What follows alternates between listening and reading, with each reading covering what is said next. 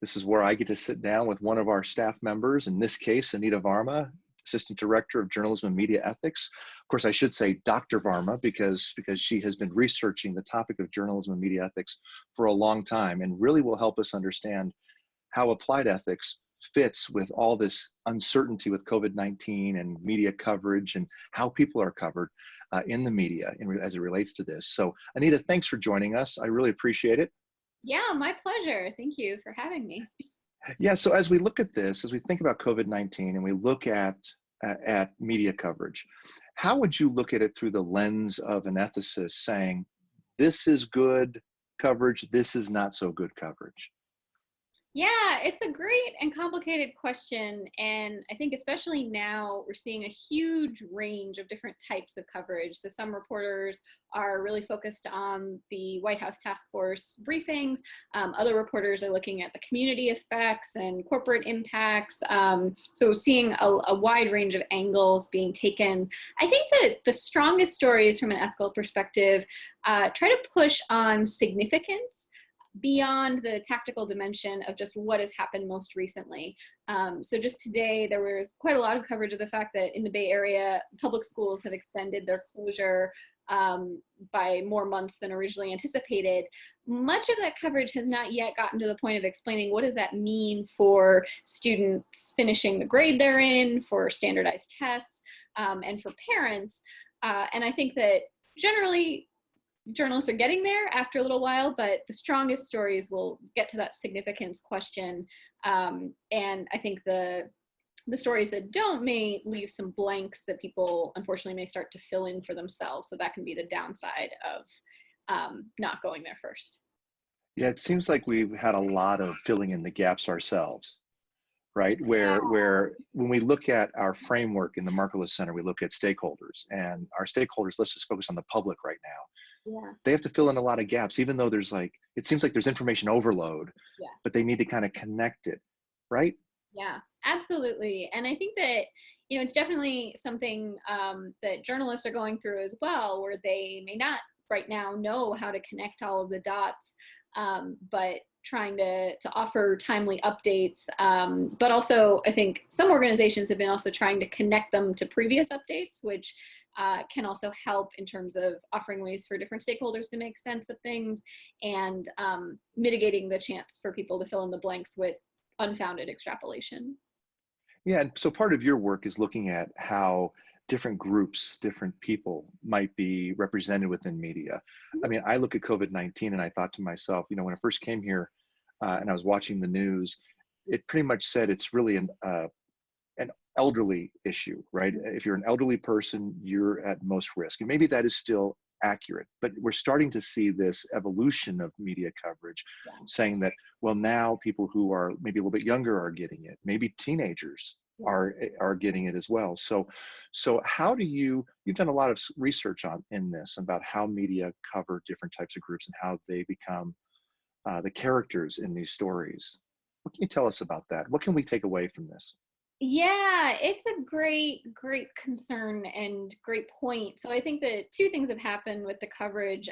One is that, of course, as more data emerges about who's getting affected and how, the original thought that it would be elderly people and people across age groups, but with compromised immune issues, has no longer been the case. But in addition to that, I think the market crash has also broadened the scale of who's affected by coronavirus, even if it's not from a medical standpoint, but that effect on workers across social strata is definitely coming to the fore more and more.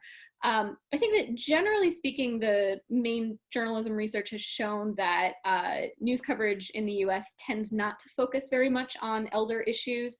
So there's been a push to try to address that more as baby boomers enter that demographic. But it's not often something that gets covered much. It's usually more skewed towards people who are in the job force.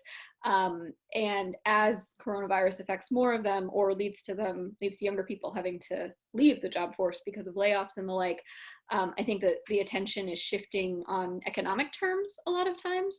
And then the other part that was a pleasant surprise was how quickly journalists seem to notice the particular vulnerabilities of people who are living unhoused. And in that, I would include people experiencing homelessness as well as housing instability, which is where you might be couch surfing, but suddenly if it's not safe for people to, have a lot of extra folks in their home anymore, then where do you go? And the concerns around homeless shelters as well. So I definitely see a lot of good faith efforts happening. I do think there's a desire to focus on the folks who will be most affected, but with cascading effects, I think the scope will need to expand quite soon.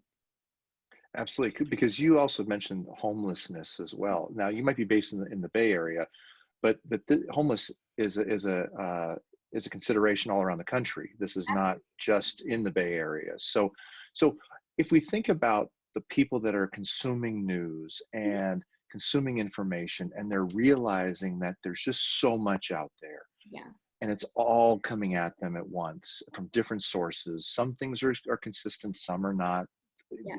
Things are changing constantly. How do you feel what's like the key takeaway for somebody who is consuming all of this to keep their mental health in check, right? And stabilized and balanced? Yeah, I think it's really hard right now, and people are consuming news in higher numbers than they have been in years, even during the impeachment proceedings.